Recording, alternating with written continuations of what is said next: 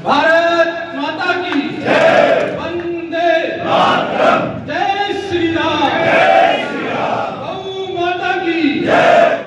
बाहरी दिल्ली की नरेला विधानसभा के अलीपुर वार्ड नंबर 4 के खेड़ा गांव की चौपाल में भारतीय जनता पार्टी के प्रत्याशी योगेश राणा के द्वारा आज जनसभा का आयोजन किया गया, जिसमें हजारों की तादाद में गांव के लोग जनसभा में शामिल हुए और योगेश राणा को पूरा समर्थन दिया। साथियों, मेरे भाइयों, लगातार 3-4 दिन से मैं और मेरा परिवार घूम रहा है, लेकिन जो प्यार आशीर्वाद आप लोगों द्वारा प्राप्त हो रहा है उसके हम सदैव नहीं रहेंगे, कभी इसको भूलेंगे।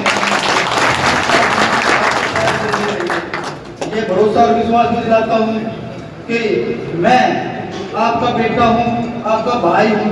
किसी भी तरह से कोई भी नेतागिरी वाली बात मेरे अंदर आपको कभी दिखाई नहीं देगी। और ये भी यकीन दिलाता हूँ कि खेड़ा खुर्द का जो प्यार है उसको देखते हुए अगर खेड़ा खुर्द गाँव में कोई भी दुख तकलीफ होती है तो वो खेड़ा खुर्द की नहीं, वो योगेश राणा के परिवार की दुख तकलीफ होगी। सम्मान इज्जत आज आप लोगों ने इसमें दी है, इसको कभी नीचे नहीं होने दूंगा, आप लोगों को मान नीचे नहीं होने दूंगा।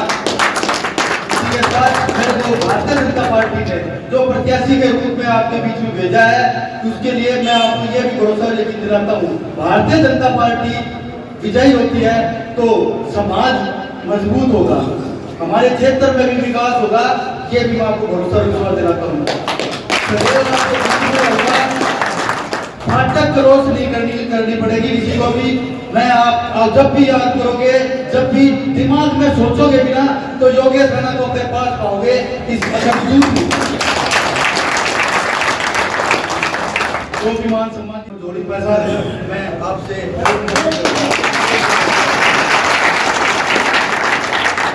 बहुत धन्यवाद। आपकी उम्मीद को बरकरार रखेगा और भारी बहुमत से भाई योगेश राणा को जिता के भेजेगा। आपका ये आशीर्वाद और आपका ये पुण्य सदा सदा हम बनाए रखेंगे।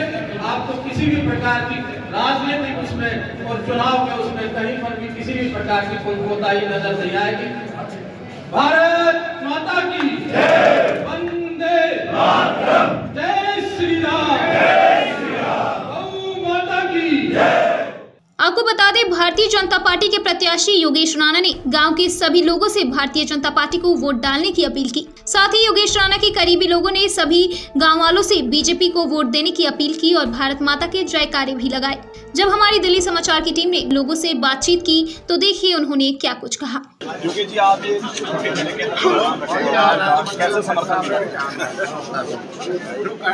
जिला की पंचायत खेड़ा खुर्द की पंचायत से बनने आई, उनसे समर्थन मांगने आई और खेड़ा खुर्द में बहुत मान सम्मान दिया, बोल दिया कि आपको खेड़ा खुर्द में अब आने की जरूरत नहीं है, आप यहाँ से विजयी हो जाएंगे, आप अपना टाइम और कहीं लगाएं। इसके लिए मैं खेड़ा खुर्द का सदैव नहीं रहूँगा और बहुत बहुत धन्यवाद देता हूँ पूरे खेड़ा खुर्द।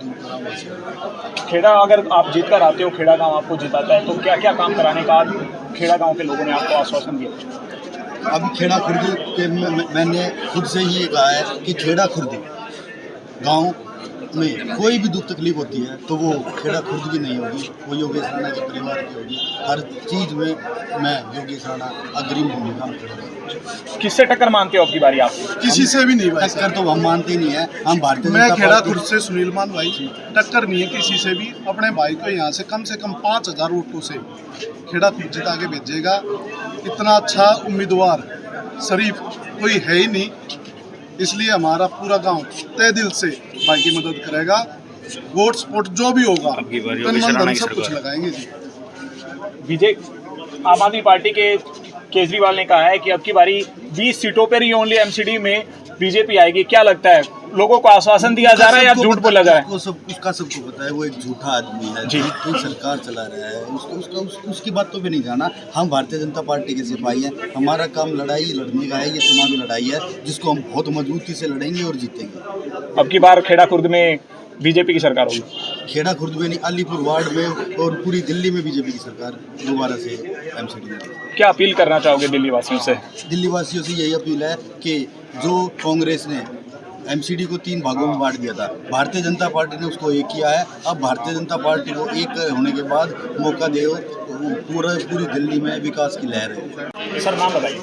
जगबीर सिंह जगबीर जी, अच्छी बात, योगेश राणा जी आपके यहाँ पर और यहाँ पर चौपाल लगाई गई थी, क्या कहना उनके बारे में? आपकी बारी बीजेपी सरकार, अब की बार बीजेपी सरकार नहीं, हमेशा के लिए बीजेपी सरकार, क्योंकि कांग्रेस ने इस देश का बेड़ा गर्क कर दिया हर तरह से। सही मायने में तो संस्कार ही खत्म कर दिया हिंदुस्तान में, क्योंकि हिंदू संस्कृति का उन्होंने जितना विनाश किया है उतना शायद किसी और ने नहीं। इसलिए हमेशा के लिए मोदी के हाथ मजबूत करना है हमारे प्रधानमंत्री, यशस्वी प्रधानमंत्री, ताकि वो इस देश की हर तरीके से नंबर 1 वर्ल्ड में इसको बना सके। अगर पिछले 5 साल की बात की जाए तो किसकी सरकार थी वार्ड नंबर 4 के अंदर, आपके खेड़ा गांव के अंदर? आप विधानसभा में कहेंगे या निगम के अंदर? निगम के अंदर बीजेपी की सरकार। बीजेपी की थी। क्या पहले बीजेपी ने यहाँ कार्य कराए हैं?